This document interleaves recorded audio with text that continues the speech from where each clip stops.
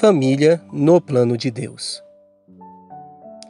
Este áudio curso para casais tem o objetivo de auxiliar a construção e manutenção do casal cristão.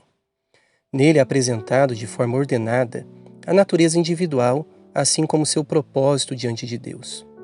Mostra também a necessidade do casamento como construto social.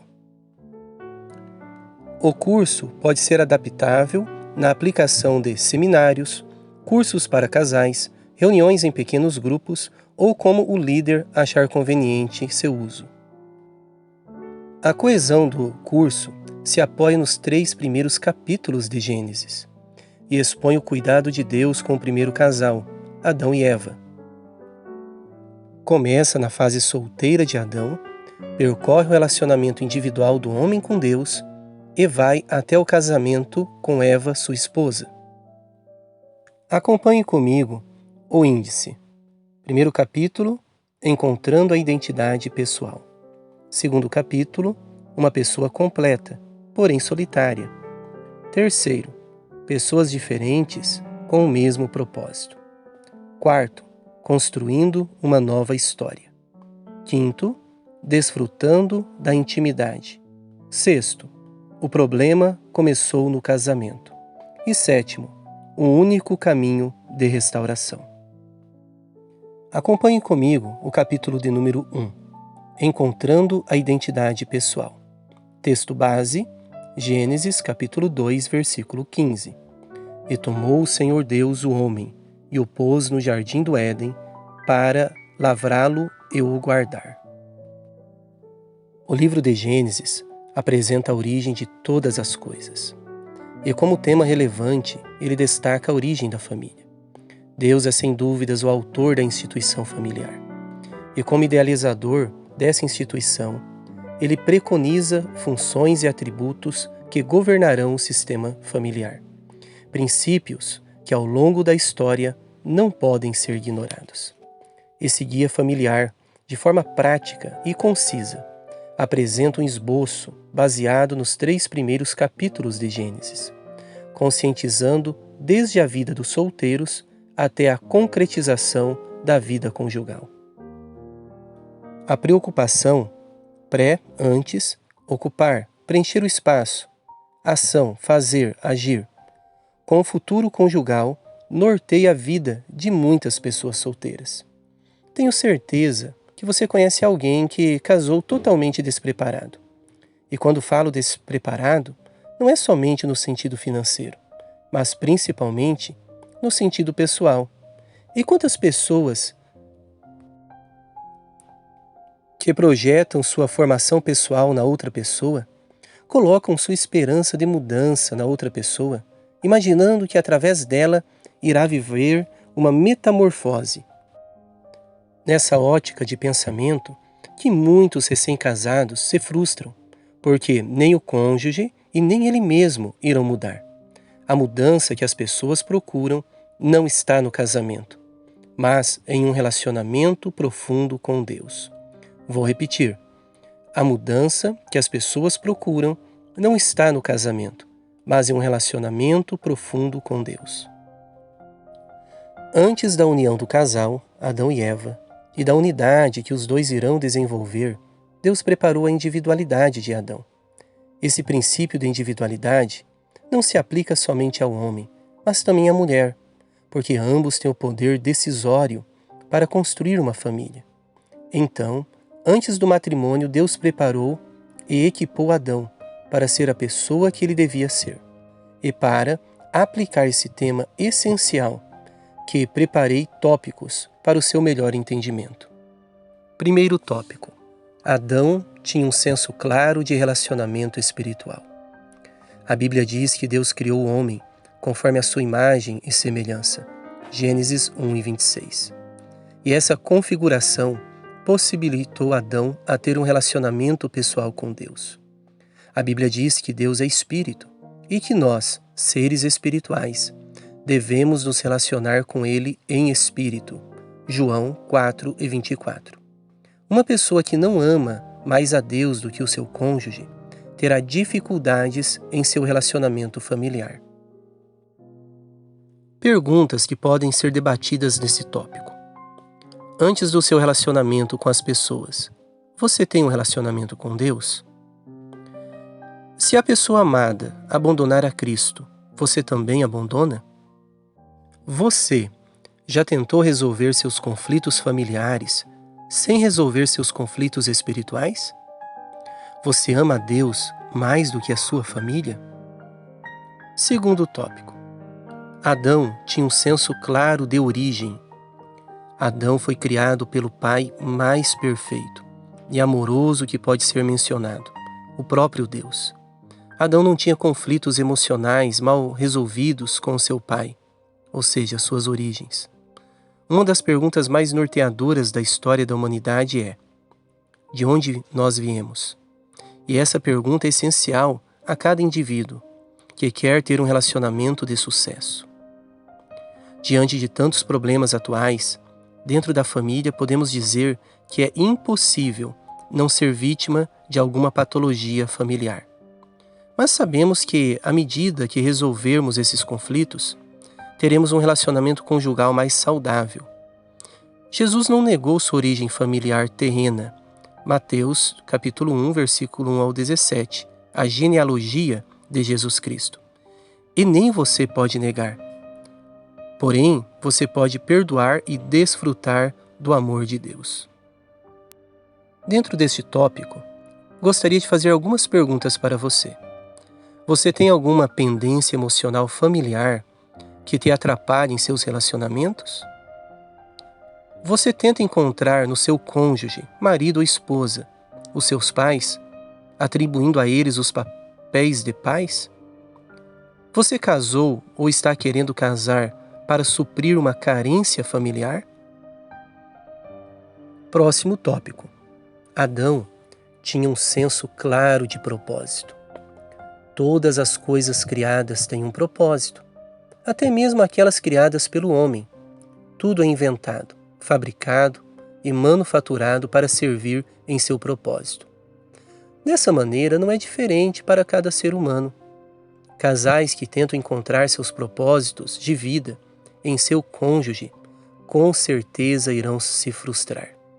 A pessoa amada, como veremos em outros tópicos, irá auxiliar na realização do propósito de Deus em sua vida, mas sem substituir o propósito dele em sua vida. Adão foi criado para governar o que Deus criou. Gênesis, capítulo 1, versículo 26 ao 28. E é esse o grande propósito do homem, entender o reino de Deus. Salmo 115, versículo 16. E como prioridade antes do casamento, você deve entender que Deus tem um propósito magno em sua vida. E esse propósito que te dará realização pessoal. Uma pessoa que coloca essa expectativa no casamento irá sufocar a pessoa amada. Para reflexão sobre este tópico, gostaria de deixar algumas perguntas. Você sabe por que nasceu? Você conhece o propósito de Deus para a sua vida? Quais expectativas que você cria no casamento que não está relacionada diretamente ao casamento, como trabalho, ministério, aparência estética e saúde? Quarto tópico. Adão tinha um senso claro de trabalho. Antes do casamento, antes da queda pelo pecado, Adão tinha um trabalho, Gênesis 2:15. O serviço não foi uma penalização por causa do pecado, como alguns pensam. O anseio pelo casamento faz com que muitas pessoas ignorem uma necessidade básica de sobrevivência: os recursos financeiros. Em próximos tópicos, iremos falar sobre a sustentabilidade do casal, que é de extrema importância para a emancipação da nova família. Sobre este assunto, eu preparei algumas perguntas para nossa reflexão. Você acha que o pecado é uma maldição? Você já calculou que das 24 horas do dia, 8 horas você passa ou passará no trabalho? Outra pergunta. Você investe na sua vida profissional? Você sabia que uma das maiores causas de divórcio são as crises financeiras? Quinto tópico. Adão tinha um senso claro de individualidade. Todo relacionamento está sustentado em um tripé de dimensões.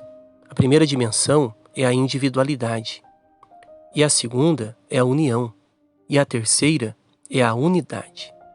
É nessa primeira dimensão que muitos casais tropeçam, porque eles não conseguem conciliar essa pessoa como alguém pensante, com seus próprios gostos, temperamentos e vontades. E esse desentendimento de individualidades entra em choque no relacionamento. Adão, no entanto, não teve esse problema. Ele era uma pessoa completa sem a Eva, um indivíduo totalmente realizado como pessoa.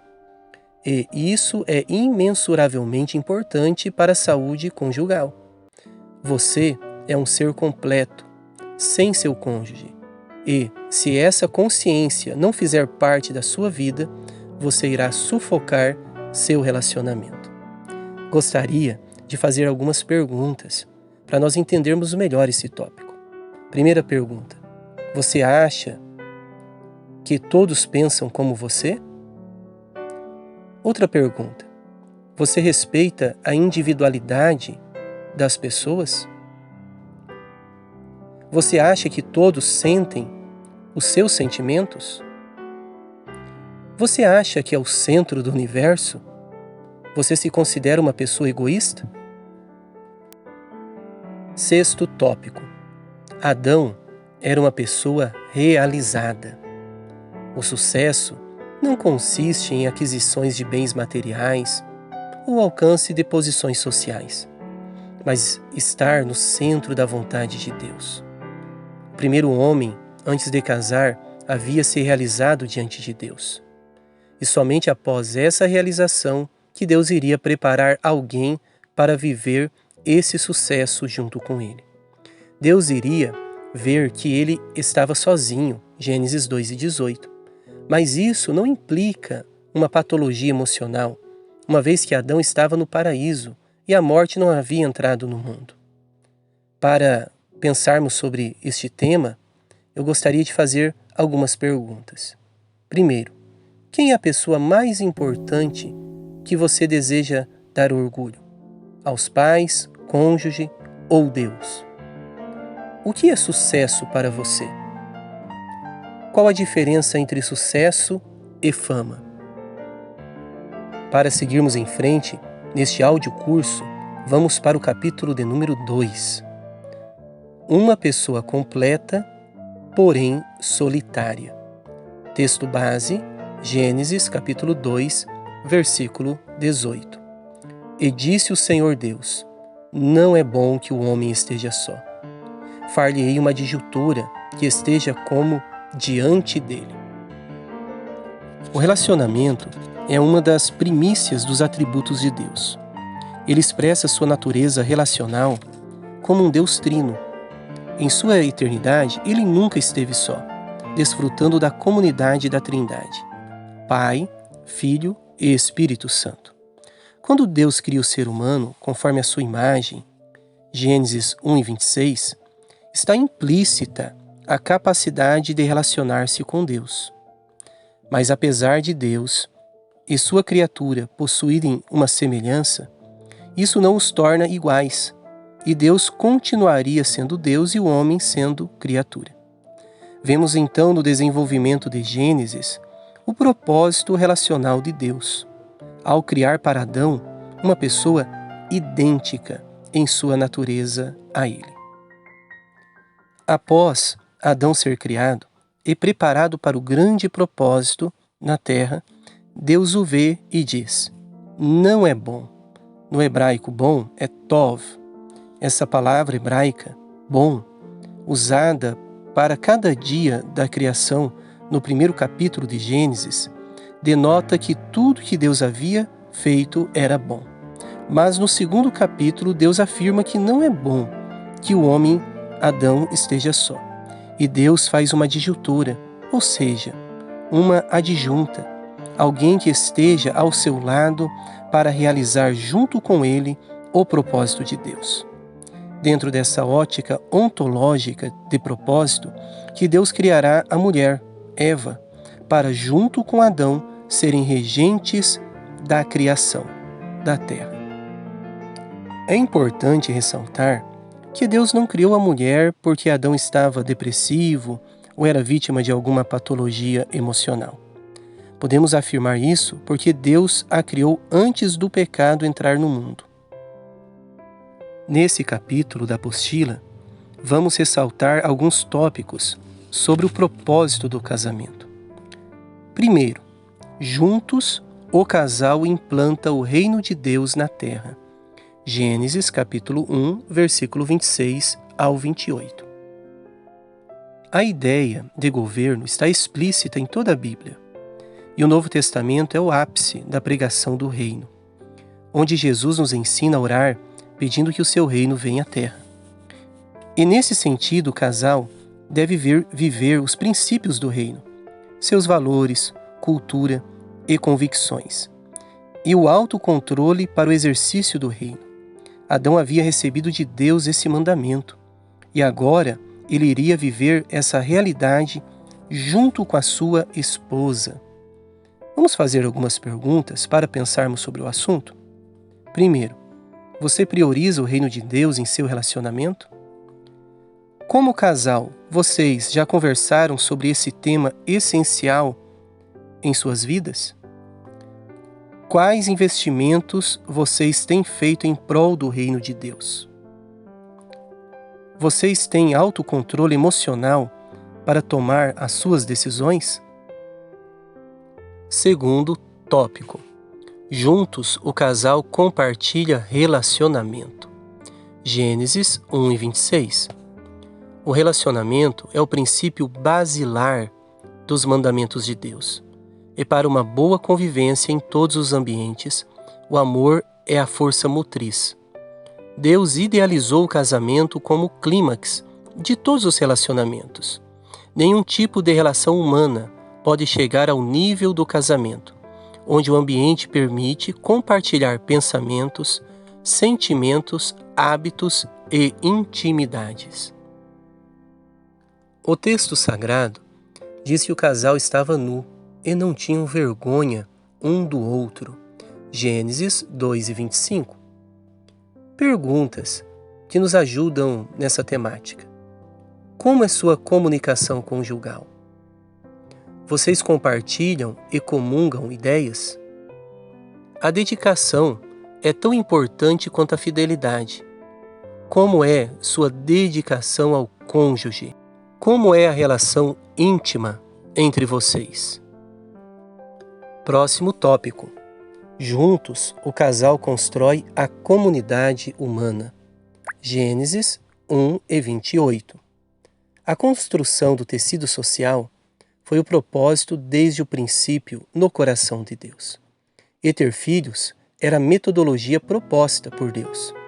Junto com a fecundação, vêm as responsabilidades de pais, como a provisão, cuidado, educação e transmissão de valores. A família é a maior agência socializadora da humanidade.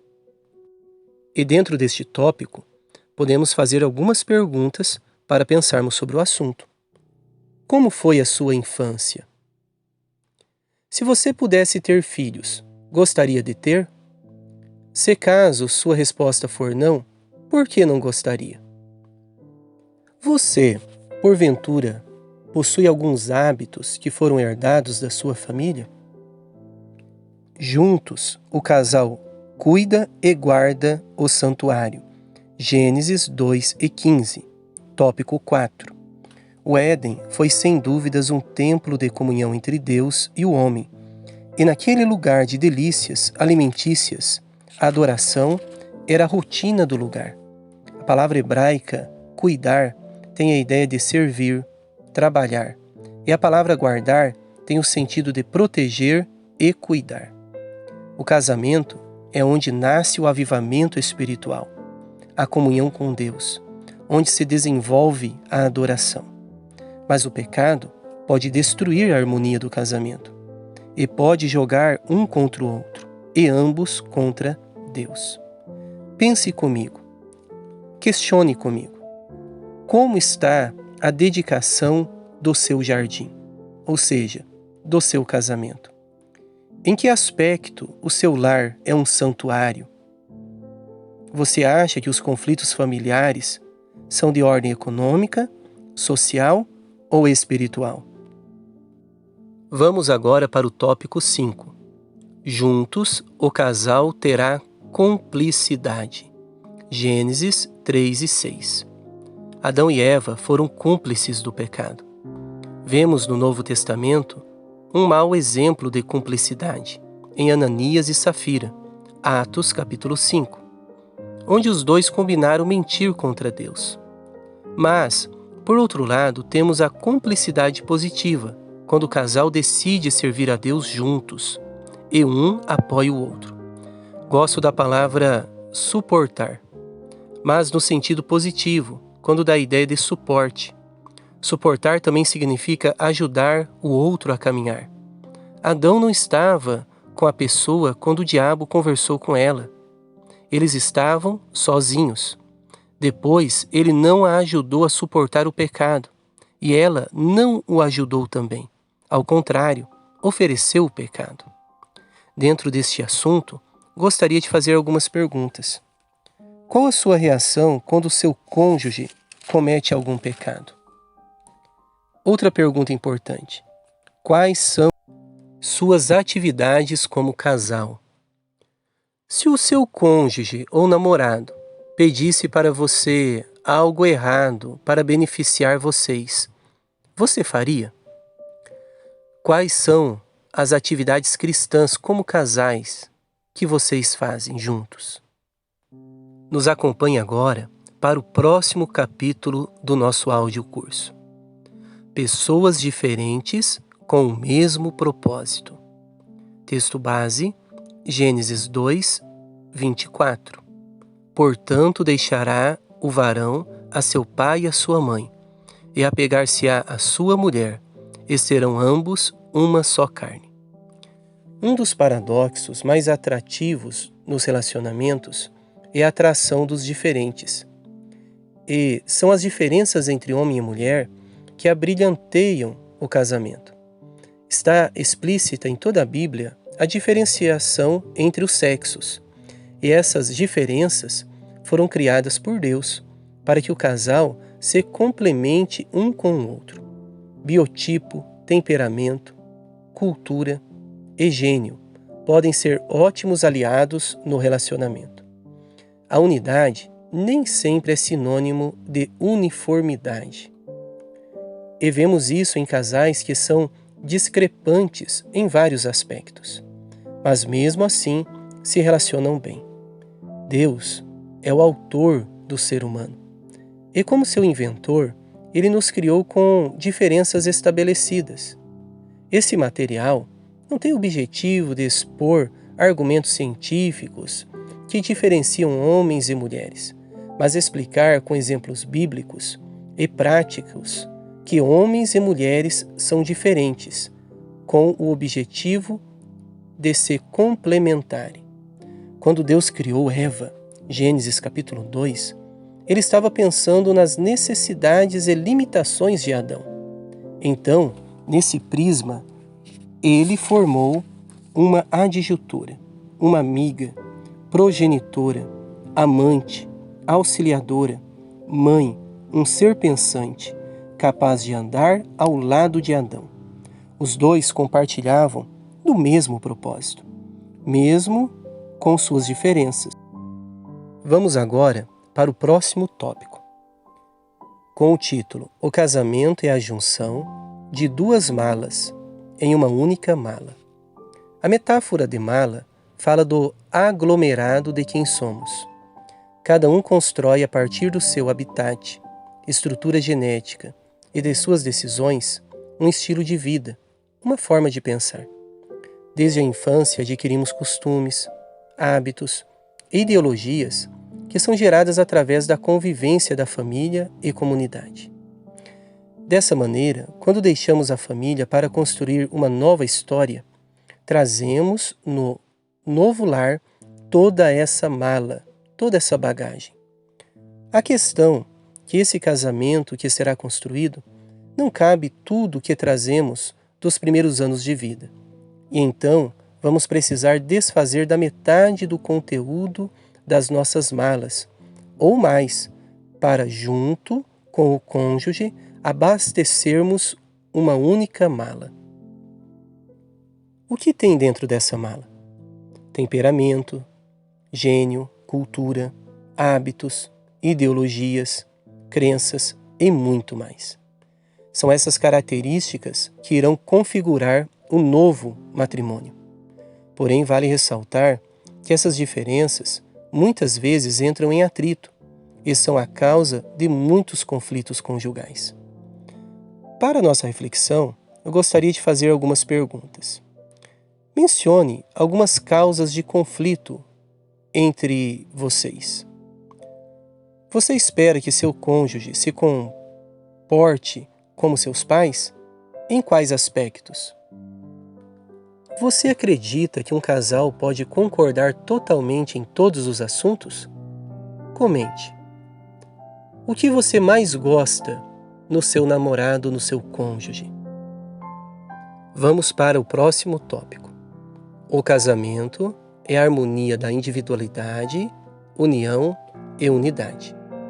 Estudamos no primeiro capítulo a importância da individualidade e que a pessoa deve ser saudável individualmente para que não venha procurar a cura exclusivamente em seu cônjuge. Mas quando falamos de individualidade, não estamos falando de individualismo. No casamento, você deve conciliar a união entre vocês e sua individualidade, até chegar ao ponto de ter a experiência da unidade. Essa unidade é o nível que o casal se torna uma só carne, mente e espírito, sem perderem sua individualidade. Isso é saudável. Vamos fazer algumas perguntas para refletirmos sobre este tópico. Como deve ser o uso de celular entre o casal? Como vocês discutem gostos dentro do casamento? Vocês oram juntos quando fazem planejamentos? Como suas ações podem afetar seu cônjuge? Vocês são terapeutas um do outro? Ou seja, compartilham experiências e sentimentos? Tópico 3. Você não se encontra no casamento. Você se complementa. Muitas pessoas se frustram nos primeiros anos de casamento porque pensam que estavam casando com elas mesmas, mas se deparam com pessoas extremamente diferentes. E tem aquelas pessoas que pensam que o cônjuge faria delas pessoas melhores e que o casamento seria o transformador de seus pecados. Mas na realidade, nossa saúde espiritual e emocional depende do nosso relacionamento com Deus e depois com a gente mesmo. E então nossos relacionamentos irão fruir de forma mais saudável em todas as áreas. Eu gostaria de deixar algumas perguntas para a nossa reflexão. Existem pessoas que procuram no seu cônjuge características dos seus pais. Quais características que o seu cônjuge possui similares aos seus pais? Segunda pergunta. Como você acredita que seu cônjuge pode te ajudar a ser uma pessoa melhor? Terceiro. Se você pudesse mudar algum comportamento no seu cônjuge, qual seria? Capítulo de número 4. Texto base, Gênesis capítulo 2, versículo 24, parte A. Portanto, deixará o varão a seu pai e a sua mãe, e apegar-se-á a sua mulher. O casamento marca uma das fases mais importantes em nossas vidas. É aquele momento em que haverá a emancipação de um novo lar. Esse lar terá as configurações que o casal irá formatar de acordo com a sua ótica familiar. Nesse capítulo do nosso material, iremos ministrar princípios básicos necessários para o início dessa nova história. Primeiro princípio. Quando a Bíblia fala de deixar os pais, está implícita a necessidade de emancipar um novo lar. E na construção dessa nova família, haverá renúncia da antiga. A falta de emancipação é a causa de muitos conflitos conjugais. Quando os pais interferem inconsequentemente na vida do novo casal e roubam as possibilidades de decisões dos recém-casados. Quando isso acontece, o casal acha constantemente refúgio no lar antigo e não resolvem seus próprios conflitos. Nesses casos, há interferência constante na educação dos filhos, em hábitos básicos diários do casal. A rotina, os horários e tudo isso pode ser controlado pelos pais. Segundo princípio, sustentabilidade. Deixar os pais corresponde também com a emancipação financeira, levando os cônjuges à sustentabilidade, ou seja, não depender de forma ativa e direta do suporte dos pais. Deixar os pais é deixar emocionalmente, geograficamente, decisoriamente e financeiramente. Receber apoio dos pais de forma esporádica é normal e saudável, e ajudar os pais é normal e saudável. O princípio da sustentabilidade deve ser buscado, mas não quer dizer que o casal não receberá ajuda. Mas essa ajuda não deve levar o casal ao comodismo. Terceiro princípio, vida devocional. Na casa dos pais havia uma rotina, que na maioria das vezes os solteiros não tomam consciência. E é essa rotina que viabiliza conciliar o trabalho, deveres domésticos, deveres maritais e a vida devocional com Deus. No momento em que o novo lar se forma, muitos mudam drasticamente sua rotina e deixam de orar, ler a Bíblia e congregar. Essa nova história deve contemplar em sua agenda diária um tempo privilegiado com Deus. Quarto princípio, dedicação mútua. A dedicação é tão importante quanto a fidelidade. E da mesma maneira que havia dedicação no tempo do cortejo, do namoro, essa dedicação deve continuar. Muitos expressam seus sentimentos com o trabalho doméstico e secular, e outros com presentes em datas comemorativas, e outros com constantes palavras de expressão de sentimentos, e aqueles que dedicam e exigem tempo de qualidade para conversarem. Podemos ainda mencionar o cuidado com a aparência para aquela conquista diária. Quinto princípio, construindo uma visão. Jesus disse que uma casa pode ser destruída pela divisão. Di, prefixo que significa dois, e visão, em Mateus capítulo 12, versículo 25. E dentro desse viés, afirmamos que o casal deve estar coeso entre si em suas principais decisões. Sem perder a individualidade, os dois devem buscar uma visão uniforme, ou seja, devem pensar igual sobre a fé, educação dos filhos, finanças e saúde. Deixar a pai e mãe é edificar uma casa de acordo com a opinião e gosto desse novo casal. Gostaria de fazer algumas perguntas para a reflexão desse tópico. Como é a privacidade íntima de um casal que mora com seus pais? Outra pergunta importante. Como é a educação compartilhada dos filhos com os avós? Você transfere a educação dos filhos para os avós? Explique para você mesmo o que é emancipação. A opinião dos pais interfere muito no relacionamento de vocês? Para os casados, quantas vezes você honrou seus pais com algum tipo de ajuda? Você confidencia mais segredos aos seus pais ou ao seu cônjuge. Próximo capítulo: Desfrutando da intimidade. Gênesis 2 e 24. E se tornarão uma só carne. Uma das experiências mais íntimas na vida de uma pessoa é a experiência sexual. E essa experiência está muito além do contato físico. Uma das temáticas que tem sido banalizadas no âmbito social é a intimidade conjugal. Essa prática conjugal tem autoria do próprio Deus, quando na criação ele fez o ser humano com a capacidade de procriar e ter prazer com sua sexualidade. Como eixo teológico deste tópico, vamos enfatizar a aliança feita entre o homem e a mulher no ato sexual, entendendo que essa aliança é a primazia teológica do texto de Gênesis. E de forma simbólica, essa união conjugal é uma tipologia do Calvário, onde uma nova aliança de sangue foi consumada.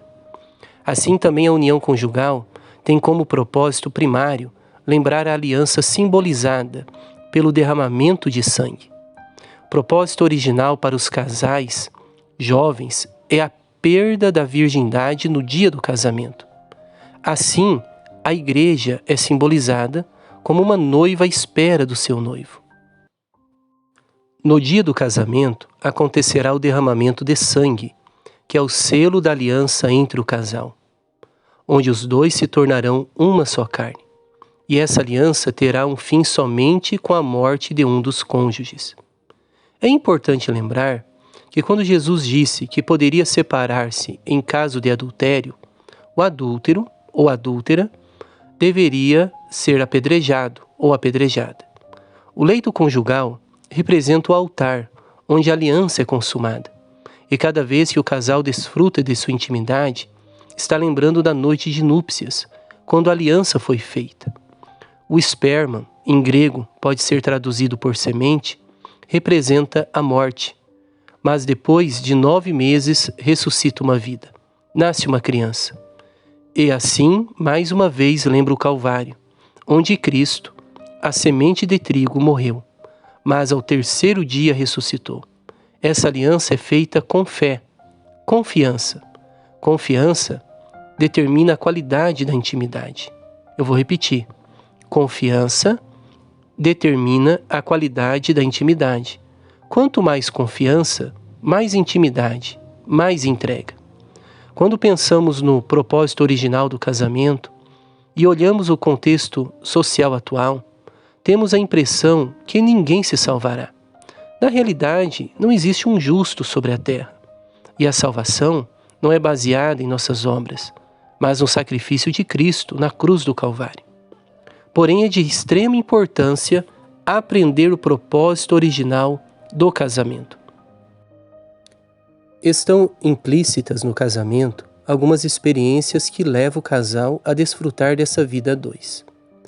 A confiança partilhada entre duas pessoas, a aceitação que é desenvolvida na vida conjugal, a entrega pessoal, autoestima, prazer sexual como uma dádiva do Criador. Vamos discutir algumas perguntas para reflexão desse relevante tema para as nossas vidas. Você acha que o ato sexual é pecado? Você se sente culpado ou culpada após o ato sexual? Você tinha consciência que o sexo é uma aliança? E quando acontece o adultério ou fornicação, a pessoa se torna uma só carne com adúltero ou adúltera? 1 Coríntios 6:16. Quem inventou o prazer sexual? E última pergunta. Quais são os limites de nossas experiências sexuais no âmbito do casamento? Agora nós vamos estudar o capítulo de número 6. O tema é: o problema começou no casamento. Gênesis capítulo 3, versículo 7, texto base. Então foram abertos os olhos de ambos, e conheceram que estavam nus. Qual é a célula mãe da sociedade? Essa pergunta sugere, como resposta, a base da estrutura de todo o sistema humano. Quando vemos o colapso político, econômico e religioso da sociedade, imediatamente muitos de nós começamos a praguejar as instituições humanas, mas é dentro da gênese social que encontramos o epicentro de todo o colapso humano. Onde os problemas começaram? Os cientistas humanos irão propor várias patologias para explicar e justificar tantas atrocidades feitas pelos filhos de Adão. Adão e Eva foram comissionados por Deus para refletirem a vontade de Deus, natureza e caráter sobre a terra e, sequencialmente, formar uma sociedade baseada no relacionamento familiar que os dois desenvolveriam. Mas alguma coisa aconteceu, resultando no colapso de toda a estrutura social que conhecemos hoje. A família é o maior investimento que um governo pode fazer, porque nela se encontra a saúde de toda a sociedade humana. O pecado começou na ambiência conjugal, quando o primeiro casal foi cúmplice de uma rebelião contra o seu Criador. E da mesma maneira, em muitos lares nascem os primeiros roubos, as primeiras mentiras, as primeiras corrupções, os primeiros atos de violência. O primeiro casal não tinha problemas sociais, com pobreza, carência afetiva ou marginalidade social. Mas, ao contrário, eles tinham como pai direto o próprio Deus. Viviam no melhor lugar da terra e não tinham traumas de infância. E mesmo assim pecaram, provando que o pecado não é um problema social. Quando o casal pecou, a atmosfera familiar mudou e os dois começaram a conflitar, acusaram um ao outro e tentaram justificar os seus fracassos. Quando o pecado entra no lar, as pessoas brigam, se divorciam, se distanciam, perdem a autoconfiança um no outro. O pecado produz quebra de relacionamento, desconstruindo todas as conexões, principalmente com Deus e, sequencialmente, com as pessoas. Por esse motivo, levantamos a bandeira da família como a instituição mais poderosa criada por Deus na Terra. Ela está em todos os capítulos da Bíblia de forma explícita ou implícita e deve ser uma das bases doutrinárias da Igreja de Cristo na Terra. Afinal, Deus é Pai, nós somos filhos, somos irmãos uns dos outros. Somos a família de Deus na Terra e iremos herdar do Pai o reino dos céus. Vamos fazer algumas perguntas para refletir sobre esse importante tema? Primeiro, a Igreja, ao longo dos anos, tem enfatizado o tema família? Qual é a sua opinião?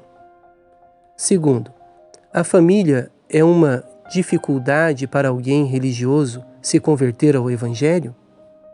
Terceiro, em sua vida, existe algum trauma relacionado à vivência familiar? Quarta pergunta. Depois que você se converteu, sua convivência familiar melhorou? Quinto, você apoiaria seu cônjuge num crime? Sexto, qual assunto te chamou mais atenção nesse tópico? E agora, nós vamos para o 7º capítulo do nosso audiocurso. O único caminho para a restauração. Como texto base, eu apresento a você Gênesis capítulo 3, versículo 15. E porei inimizade entre ti e a mulher, e entre a tua semente e a sua semente. Como resolver o problema familiar de Adão e Eva? Como resolver os conflitos familiares da sociedade? Nesse tópico, iremos apresentar a solução para todos os problemas sociais e familiares: Cristo, a semente da mulher. Após a queda do homem, o homem estava desnorteado e o Éden deixou de ser o seu castelo. O casamento não seria mais sem defeito. Seus filhos iriam se distanciar cada vez mais do Criador. Porém, Deus amava tanto aquele casal e sua família que não deixariam eles sem uma alternativa. Mas Deus não podia pagar o preço no lugar do homem, uma vez que quem pecou foi o homem. Então Deus prometeu que um dos seus filhos, descendentes de Eva, da sua própria família, não iria pecar. Seria perfeito e pagaria a consequência do pecado. Jesus é a semente da mulher. Ele fez e faz parte do tecido social. Se apresentou como Filho do homem, se tornou nosso intercessor. Jesus Cristo, homem, 1 Timóteo 2,5, nasceu em uma família humilde, quebrando os protocolos imperiais. Foi uma criança normal, submissa aos seus pais, e um dia se revelou ao mundo como o Cristo. O homem Jesus, o filho de Maria, o descendente de Eva, nosso irmão mais velho nas regiões celestiais. Ele desceu de sua glória, se tornou seu parente e pagou todos os nossos pecados. Jesus nunca deixou sua natureza divina. Permaneceu sempre Deus, mas por amor assumiu também a natureza humana. Nós temos assim a solução de todo o colapso social. Jesus Cristo, que veio da família, nasceu da família humana. Concluímos então que a solução da nossa sociedade está na família. Para finalizar, gostaria de fazer algumas perguntas relevantes a esse tópico.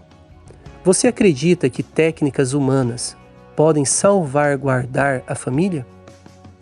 Segunda pergunta: Jesus é o centro da sua família? Terceiro: você se sente filho amado do Pai? Quarta pergunta: qual é o primeiro relacionamento que devemos restaurar? Esse estudo mostra que Jesus, Ele é o nosso Senhor e Salvador. Desejo que todas as famílias compreendam que são um projeto de Deus e a Bíblia é um manual tanto para a salvação como para a construção de uma família saudável. Atenciosamente, Pastor Clovison Pavelski. Muito obrigado por assistir nosso audiocurso. Deixe o seu comentário, deixe o seu like, se inscreva no nosso canal, nos ajude a compartilhar os nossos conteúdos. Temos conteúdos voltados para a família, conteúdos teológicos e também de hebraico bíblico. Que Deus continue abençoando a sua família.